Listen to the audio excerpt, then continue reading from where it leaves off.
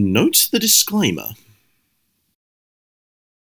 A brief message here. This video is not for the faint of heart or those of a nervous disposition. Heavy topics will be discussed.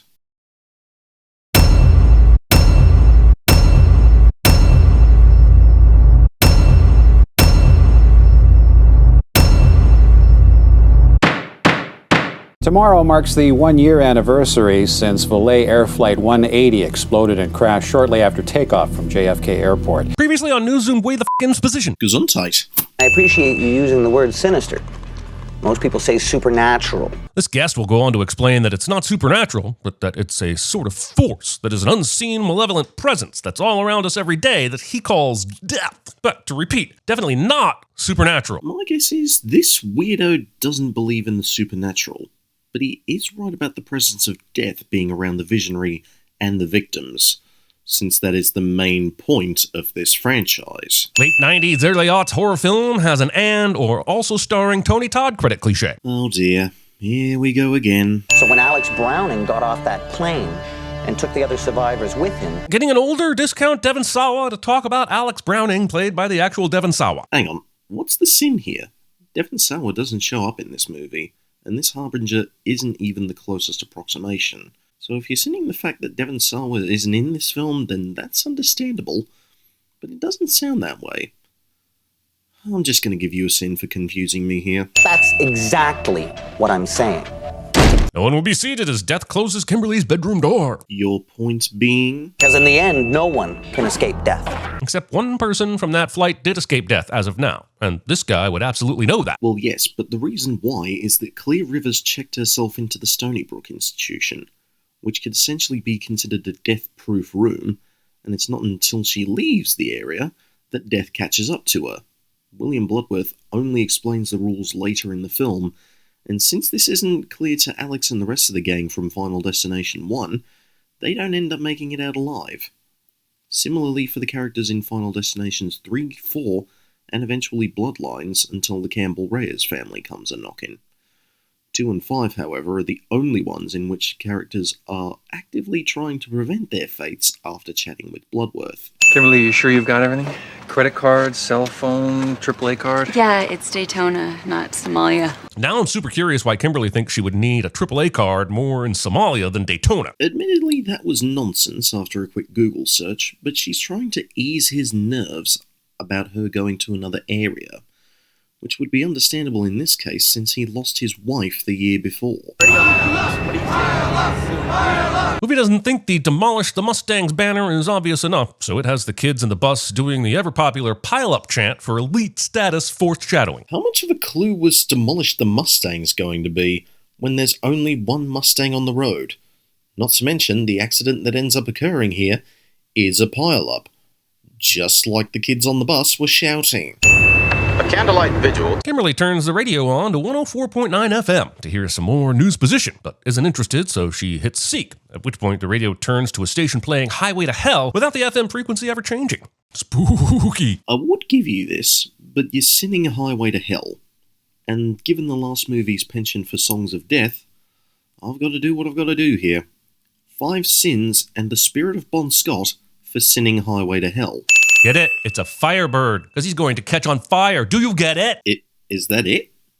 That wasn't even a sin, my dude. Also, the movie never actually takes these asshole kids to task for ruining all the work Death has been doing over many years to prepare these clues, making sure people bought the right cars and the right school was on the way to a game. He's even working behind the scenes for years on this, and Kimberly and crew never even recognized that effort once in this movie. It wasn't taking years, it was only 1 year since the Flight 180 disaster, and Death is still in a stalemate here with one survivor. As for Kimberly, she's having her vision at this point, and no one else has a clue. Nina, take care of it, okay? Get it? She flashes him, because it's going to be a flash fire. Okay, maybe I'm reaching now, but it must be foreshadowing, otherwise this would all feel pretty gratuitous. Yeah, that was a reach. Because how was she supposed to know that there would be a fire? This is all in Kimberly's head. Since we're seeing her vision now, much of what will happen will still happen in the real world, just like with Alex in the previous film. Get rid of it, How was this the best plan? Maybe the cop wouldn't see the joint being thrown, but why take that chance? Stub it out on the window edge and put it away. That's what I'd tell my weed-smoking friend to do. My friend is me. Oh, oops. You've just outed yourself there, bud.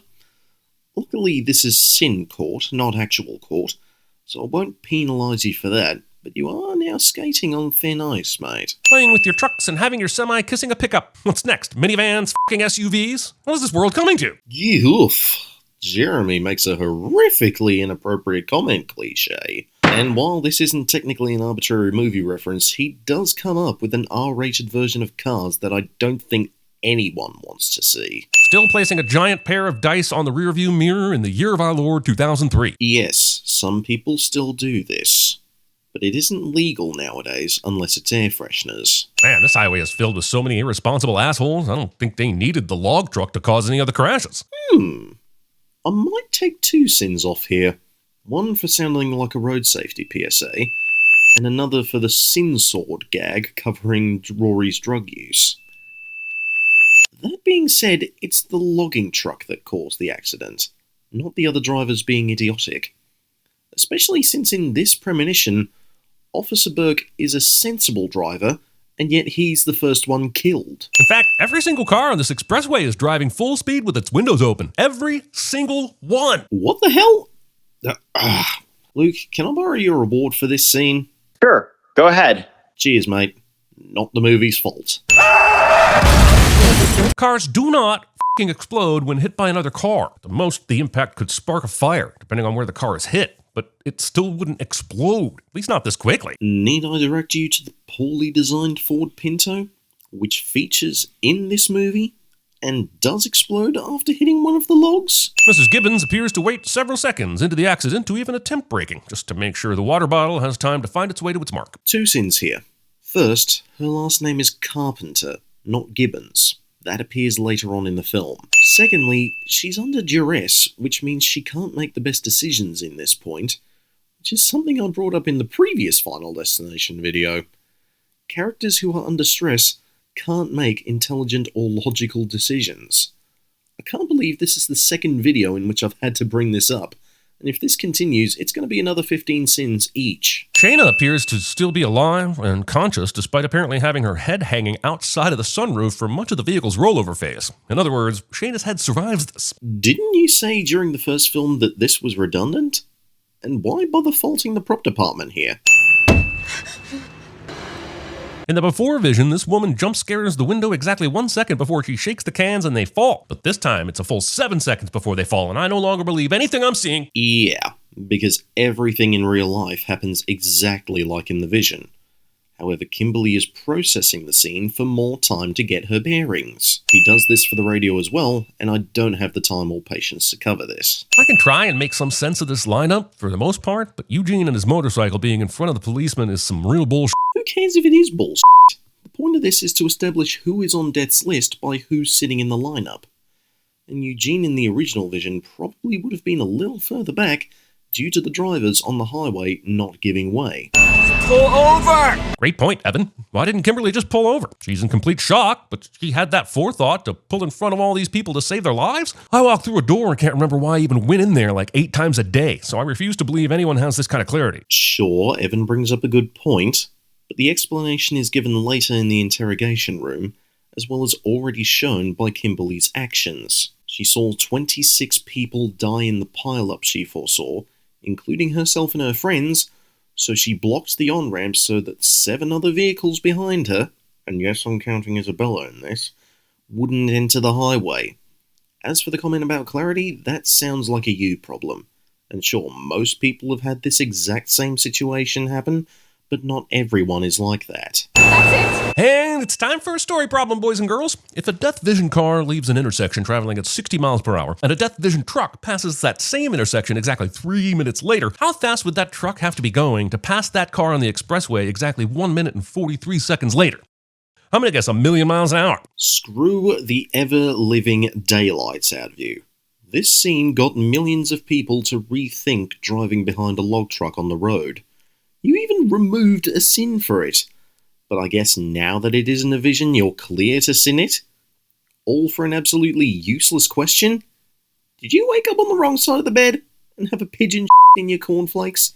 Because that's the only reason I could come up with for you sinning probably one of the best disasters in a Final Destination movie. Listen, I know you've gone over all this with Detective Subi. But can you please restate it for the audience and everyone else in the room so we can get everyone the info and get the plot moving forward? Jeremy yells at the screen cliche? I mean, Burke doesn't even say this to Kimberly. He's asking her to tell him what happened since he didn't get the information at the accident scene. Surely you must have read about the kid who had a dream about a plane blowing up, so he got all his buddies off the plane, and then the thing blew up just like in his dream? Yeah. But did you hear what happened after? I know that we did at the beginning of this movie from the TV interview playing in Kimberly's bedroom. So why do we have to hear about all this again? Because Nora doesn't know. And this would count as double dipping, by the way, since you sinned Kimberly retelling it earlier for the other survivors, minus Evan Lewis, and here you are doing it again for Eugene, recounting the events of the previous movie to Nora. Kimberly! How's Mr. Corman just showing up to the police station now? First, he waited way too long to call her about the transmission fluid, and now this. I'm starting to think Mr. Corman is a terrible father. Highly unlikely. First, Burke or one of the other officers would have had to spend a bit of time calling various relatives of the people who survived the crash, ended up in the hospital, or had died. Secondly, the police station is quite a distance away from the Corman residence, hence why it looks like afternoon when Michael and Kimberly return home. This has nothing to do with his parenting skills. I have this really bad feeling. What? It's not over yet. Reminding me there are 3 more of these and another one in the works because apparently nobody knows what the word final means. The title is in reference to where the characters end up when they die. If the first film was still called Flight 180, then what good would a sequel be here if the incident in question is a car accident? Whoop, sorry Sergeant Angel. Traffic collision. And by the time you've put this out, the 6th film Bloodlines has already been released. Now this is how you do subtle foreshadowing. You have a doll missing an eye as a subtle nod to the death that is coming. That way, you don't have to directly spell things out for the audience. And the director said, have him carrying an Apple iMac computer in his pile of new purchases so the audience will have yet another eye clue and know for sure his lottery win turned him into a rich asshole. I feel cursed. This is the second apple to arsehole gag I've covered in this series. And as far as the eye references, these are the clues that let you know what will happen to him despite the red herrings you see, including the exploding microwave, the grease fire, and the hand down the garbage disposal. The only time they're more in-your-face and obvious, as opposed to directed or somewhat vague, is in the 4th film. But knowing my luck, you're going to sin all of Nick's mini-visions too, huh?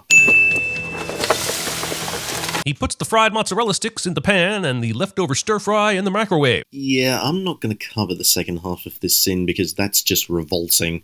So instead I'm just going to give him a Jeremy points things out on the screen cliche sin. This fire extinguisher under the sink was reachable even when your hand was stuck in the disposal and you were choosing the wave cloth at fire strategy instead. He was going for the damp cloth method because he couldn't reach any salt or baking soda and wasn't able to grab the lid for the pan.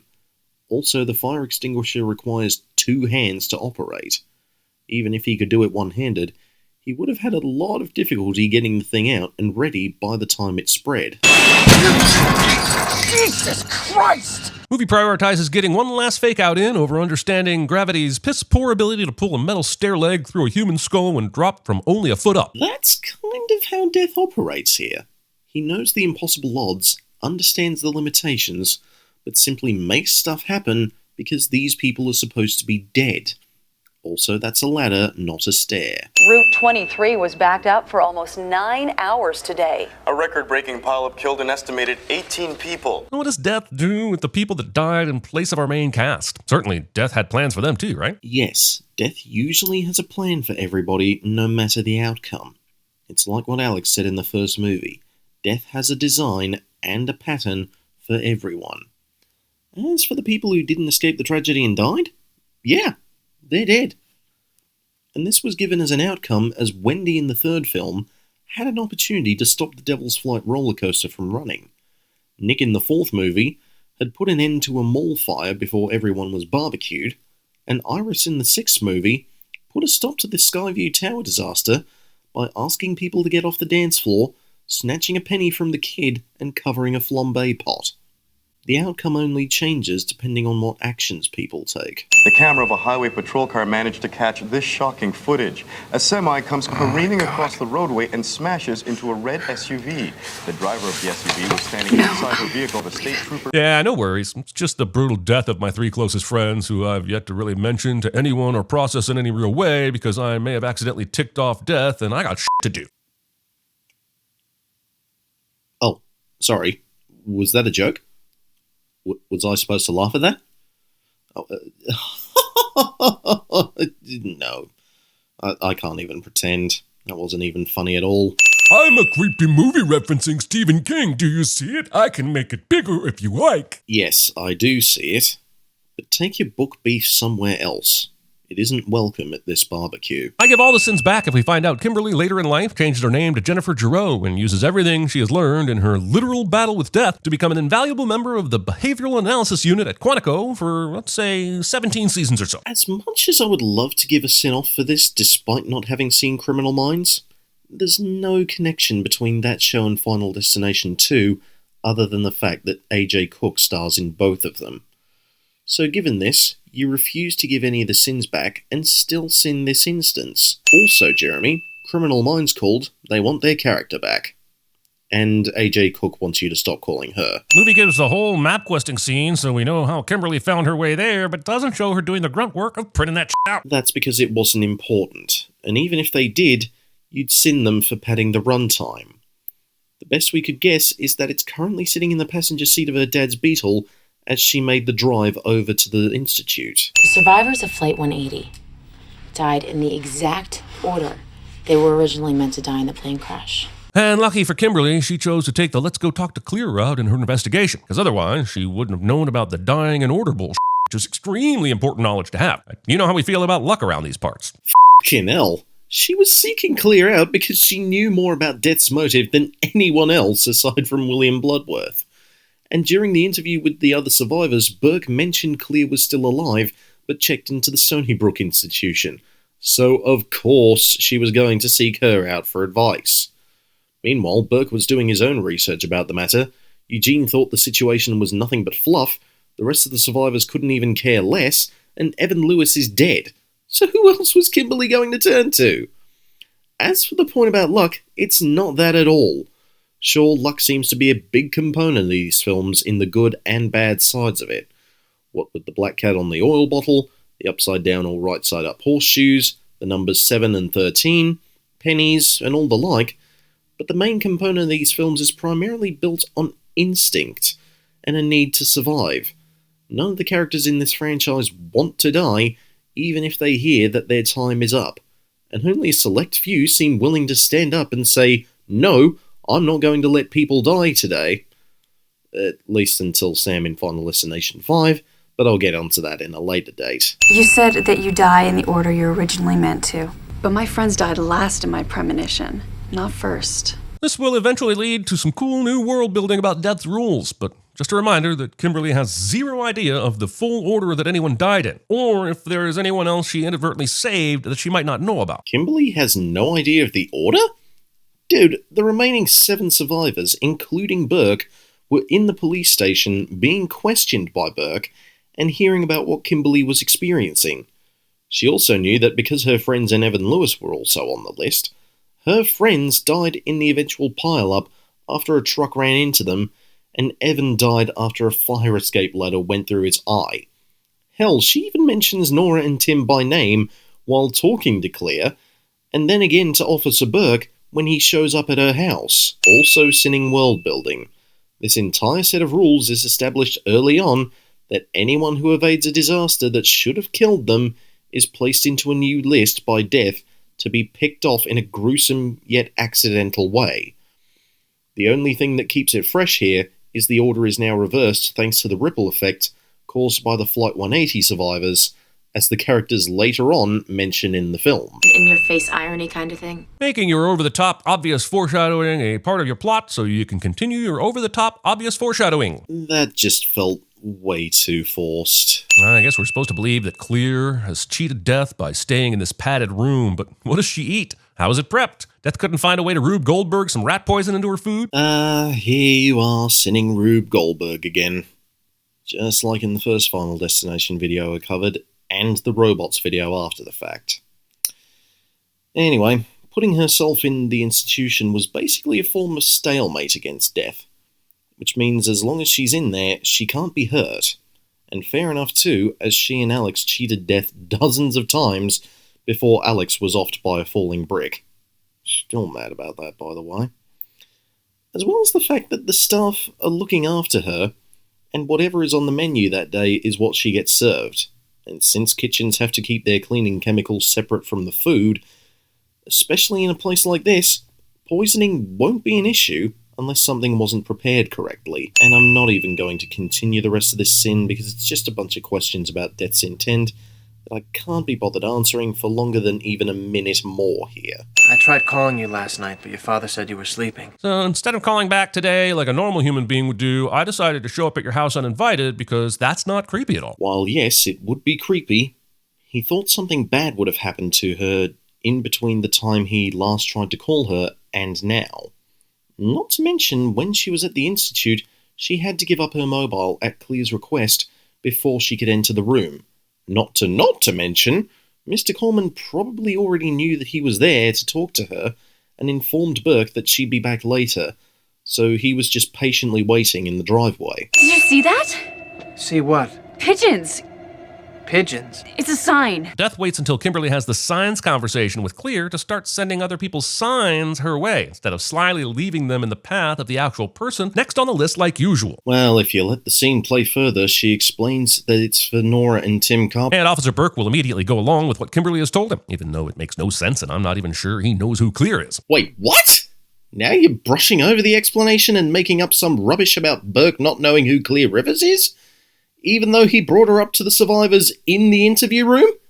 Did I just take Vader's crazy pills? The correct response from Officer Burke should have been, who the names their kid Clear Rivers? Muddy Waters. Next question. The fact that if you said you were watching a movie from 2003 where there was a fish tank in a dentist's office and one of the fish messed with the filtration system and a bird flew into the window distracting the dentist, and I still couldn't tell you the exact movie you mean is a sin. Oh, hey, look, guys. The two movies share a scene. That's obviously a sin. Bullshit. If someone said that to you, you'd obviously take it to mean Finding Nemo instead of Final Destination 2. The scene that audiences would most associate with this film would be the logging truck scene. Oh, damn. Pigeons. Damn them all to hell! Jeremy, Planet of the Apes called. They want their quote back. What did he say about your tooth? These two seem pretty chill after having to deal with a dentist who clearly has a pigeon-breaking glass problem. Oh, and Tim almost choked to death. Because Nora helped solve the debacle and Tim was mostly spaced out on nitrous. Pigeons! What? Pigeons. Hearing the people who've been warning you about death coming shouting pigeons and thinking that means, wouldn't it be fun to run into a big group of pigeons? Kid deserves to be window dressing. To be fair, he was being harassed by those pigeons earlier. And unless he listened to Kimberly's warning, how would he have known that it was curtains for him? That sun visor literally dropped on its own out of nowhere so she could see Clear coming, and are we supposed to believe Death did that? Why? And if not, what other forces are working in this movie that we don't know about and the movie never explores? Oh, come on, Jeremy. A little mystery never hurt anyone. Is this guy gonna help us anyway? Well, see, he's a magical secondary character. No. You are not sending the late great Tony Todd again. I know you're not. It's Evan Lewis. Yep, who would have thought that you'd be just in time to see him like this for full effect? The screenwriters, that's who. Objection hearsay. Sure, the screenwriters knew this, but the characters didn't know it, and the audience didn't know it, and this isn't something wrong with the movie. It's just something that you appear to dislike. And if Luke was here, he'd be giving you his award. But given the absence and the clearance he gave me, I'll just be giving it out for the second time here. Look, we drove a long way to get here. I'm so confused about the logistics of this movie. I'm guessing the Flight 180 incident took place in a different town, but Kimberly was within driving distance to Clear, and I'm assuming Tony Todd was set up in the same area as the Flight 180 explosion. So why would they have to drive even farther to see him? Because even though the first movie took place in Mount Abraham, or in real-world terms, Long Island, and this one takes place in White Plains, a quick Google search tells me that that's an hour and 27 minutes away from each other. So, yes, Bloodworth is still in the same place. Especially with Clear not being in Long Island anymore, it would make sense that she would say it was a long drive to get there. Only new life can defeat death. Is Tony Todd just going to have something new to add to the how to beat death debate in every one of these movies? Sadly, no, because Bloodworth doesn't appear in the third or fourth films, and Bloodlines was the end of the character arc, after Todd himself died from cancer last year. What the f*** are you thinking? I'm thinking sucking my junk, biatch. Wearing a jacket over a t-shirt, over a hoodie, over another t-shirt. Pointing things out on screen cliche, and yet I'm still wondering why this video is 20 minutes long. I'm not trying to start any political debates here, but you might want to find out which side of the aisle death sits on before assuming what it thinks is and isn't already life. Anyone checked in with Death for their view on Roe and Dobbs? They don't need to, because Death isn't political. He's also indiscriminate, meaning a life is a life. He doesn't care so much as long as they all line up for a nice swim at the River Styx. How are we going to find her? There could be thousands of white vans in the state. Hey, I'm a cop, remember? Considering the movie has forgotten, you really can't blame us for forgetting as well, Burke. He was talking to Clear and Kimberly, not the audience. And the movie didn't forget. Nora still calls him Officer Burke when she answers the phone, and the next scene after this is them at the station reviewing his highway patrol camera. Not to mention, he still gets into contact with his cop buddies about trying to find Isabella. So this is just you yelling at the screen again. Hey, let go of my shoe! Arguing with an elevator door. Once again, pointing things out on the screen. I can get it for you. No, it's all right. I'll do it if you want me to do it. Just let me do it. Movie has what the f*** time for this. Okay, you got a brief chuckle out of me, but I'm not removing a sin for that. A place where no subway could ever possibly go. Get it? Thinking you can escape Subway. Those f***ers are in the Walmarts now. Oh, really? You had to say that while I was eating. Ugh. Anyway, she's talking about the train here, so this sin is overruled. Nora's got a bite it before me anyhow, huh? Oh, you people have no sense of humor. Or logic, for that matter, because she's right. If death truly does have to go in order, and they know she's next, this group's only job right now should be keeping Nora alive, instead of just letting her walk out the door unaccompanied. You say this as if the next scene wasn't Nora walking into the elevator with Eugene. Plus, Burke was talking about how Kat may not be out of the woods if and when Nora ends up dying. And the rest of the group are trying to make the apartment safer. Man with hooks. If Sarah Michelle Gellar and Freddie Prinze show up right now, and this is an I Know What You Did Last Destination team up, I'm giving back all the sins. But it doesn't do that, so we're screwed. Also, you say this as if it would be a good thing, and then mention a Dawson's Creek screen time quota in the first film, and sin it. So why is it okay for this film, but not the first? That sounds very inconsistent.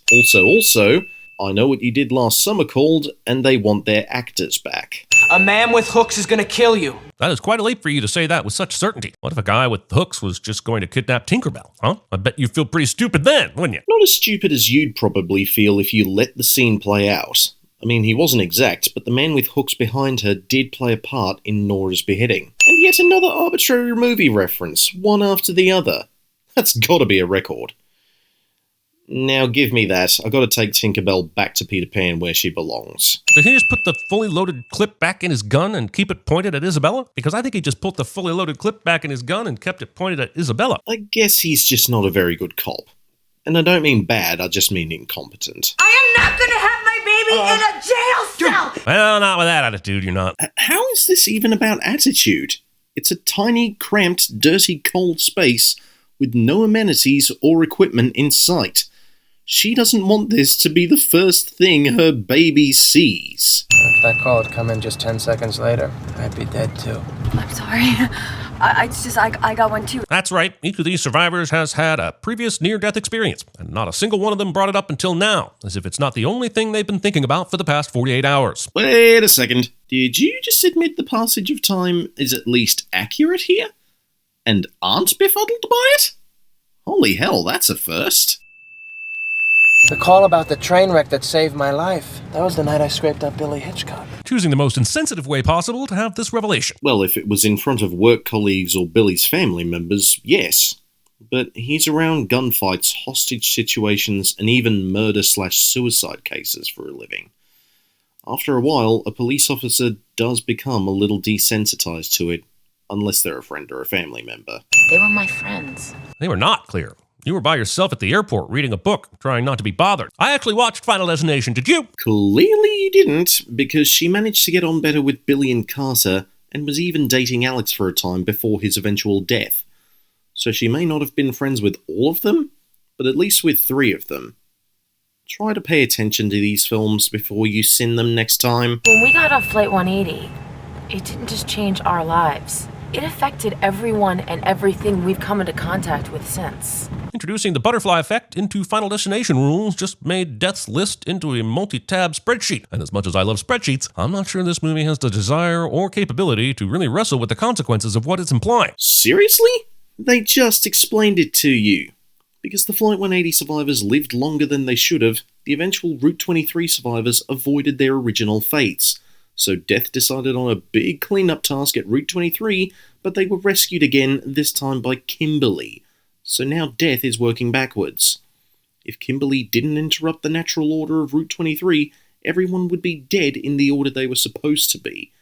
And if the Flight 180 survivors didn't get off the plane, Kimberly would have been killed in a carjacking alongside her mother, Kat would have died in a gas leak in Pennsylvania, Eugene would have been killed in a school stabbing, Burke would have been shot and died with his partner, and Rory would have been crushed in a building collapse in Paris. And of course, taking this concept further, if Kimberly was never rescued from the wreckage of her SUV with her friends, the rest of the movie wouldn't have happened like this, as in no one would have any idea about what happened in Kimberly's car, and the rest of the film would have just been everyone dying in ridiculous accidents with no one having any knowledge of death working in order, and Clear wouldn't have left the psychiatric ward.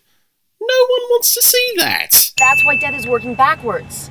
It's tying up all the loose ends. That still doesn't explain why Death is working backwards. Just because you say it with so much assurance, Clear, doesn't make it any less stupid of a thing to say. F***ing what? Did you fall asleep during this scene? They explained how it all went down. Even I just explained it there. Dude, pay attention. Officer Adams reporting a vehicle collision off 9A at the 180-mile marker. And the number 180 pops up again, as if the movie just wanted to throw some numerology into the mix for funsies. Jeremy doesn't know what an Easter egg means. Not like this line is set exactly 1 hour, 8 minutes, and 0 seconds into the movie. Holy shit. Wow. This actually supports the sin I made in the Surf's Up video about you not buying tickets for these films or watching physical copies. Also sinning coincidences. You're gonna get me out of here before this thing explodes or something, okay? I think it's okay. I don't smell any gas and none's dripping. To be fair to Kat, a nice breeze might cause her car to explode, considering how easily a bunch of other cars have exploded in this movie. It's a punctured petrol tank she was concerned with. And that doesn't happen until later on when the news van comes in. The local news showed up because Kat ran her car into some hay? How f***ing boring is this town? The hay didn't stop her. There's a PVC pipe poking through her car, including the driver's seat headrest, and it was a really bad crash that, while started with an exploding tyre, nearly caused a van to crash as well. Plus, Officer Adams called in about a crash at the Gibbons family farm. When I die, it's gonna hurt. Actually, no. The movie has gone to great pains to make your coke-snorting, clumsy, rude ass about as unlikable as possible, and given us no emotional ties to who you are or what you care about. So yeah, I think we'll be okay. Thanks. Some people actually really seem to like this character. And he's not talking audience pain. He means, will it hurt him since he's trisected by a barbed wire fence later? Which I can imagine would be incredibly painful. As Kat is airbagged to death by PVC, I'd just like to point out that this entire scene, her head, is comfortably to the right of that pipe. And if Death can screw with geometry and physics, then y'all are screwed no matter what. Because she's been avoiding it until the airbag hit her. Good lord, Jeremy, pay attention. Wearing a half-zip jacket over a half-button shirt over a t-shirt. Pointing things out on the screen cliché. 4 minutes and 9 seconds after the first time. Wait for it. Oh.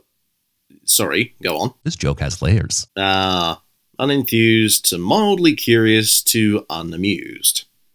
Lovely. Also, in an attempt to get to the end of the movie, Death has now stopped giving clues and premonitions, because he's probably as sick of this shit as we are by this point. Objection opinion.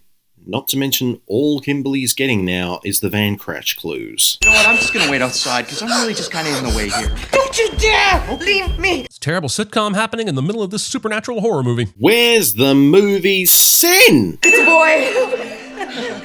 Being this excited at the biological sex of someone else's baby. Or your own, honestly. Oh, for sake, this isn't about the baby's gender. It's about the fact that the baby was born. Reminder that they thought the birth of Isabella's baby was the key to stopping Death's list. Even though we will find out later that the baby wasn't the answer, Death plays along and starts this breathing machine back up to help fake out the audience for a minute or two. Also to give Eugene false hope. And I really wish you'd stop bringing the audience into this. Her premonition memories graduated from Juilliard with a degree in dramatic timing. Every supernatural force in this movie is an absolute cheeky bastard. To borrow once again from Luke, Jeremy says something random cliche. Also the laugh. Eugene! How the f*** is it Clear's turn to die with Eugene on the list? Shouldn't Clear be last on the list to tie it all up if Death is working backward to seal the rift? Because she was still on the Flight 180 list. For crying out loud, Jeremy. She was still going to die because she was on a different list to the rest of them. As Bloodlines eventually proves, Iris's list is still in effect even through the events of Final Destination 5, Final Destination 1, Final Destination 2, Final Destination 3, and The Final Destination. Also, killing characters in horror movie sequels that survived the previous film is never f***ing okay. Stop doing it! Well, I can't speak for other horror movie franchises as this is the only one I've ever looked at, but I'm just going to give him another Jeremy yells at the screen cliche sin and move on.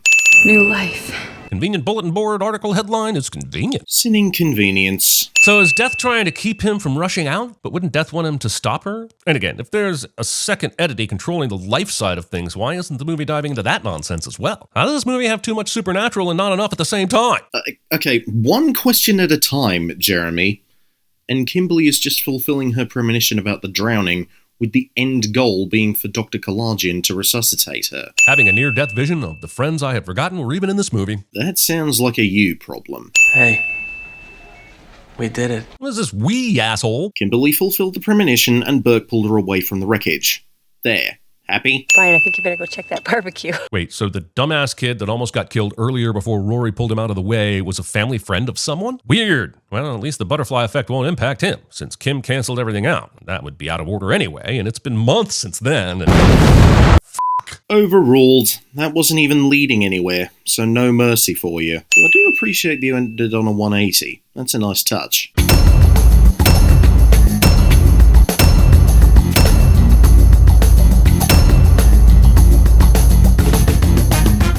And with that, court is adjourned.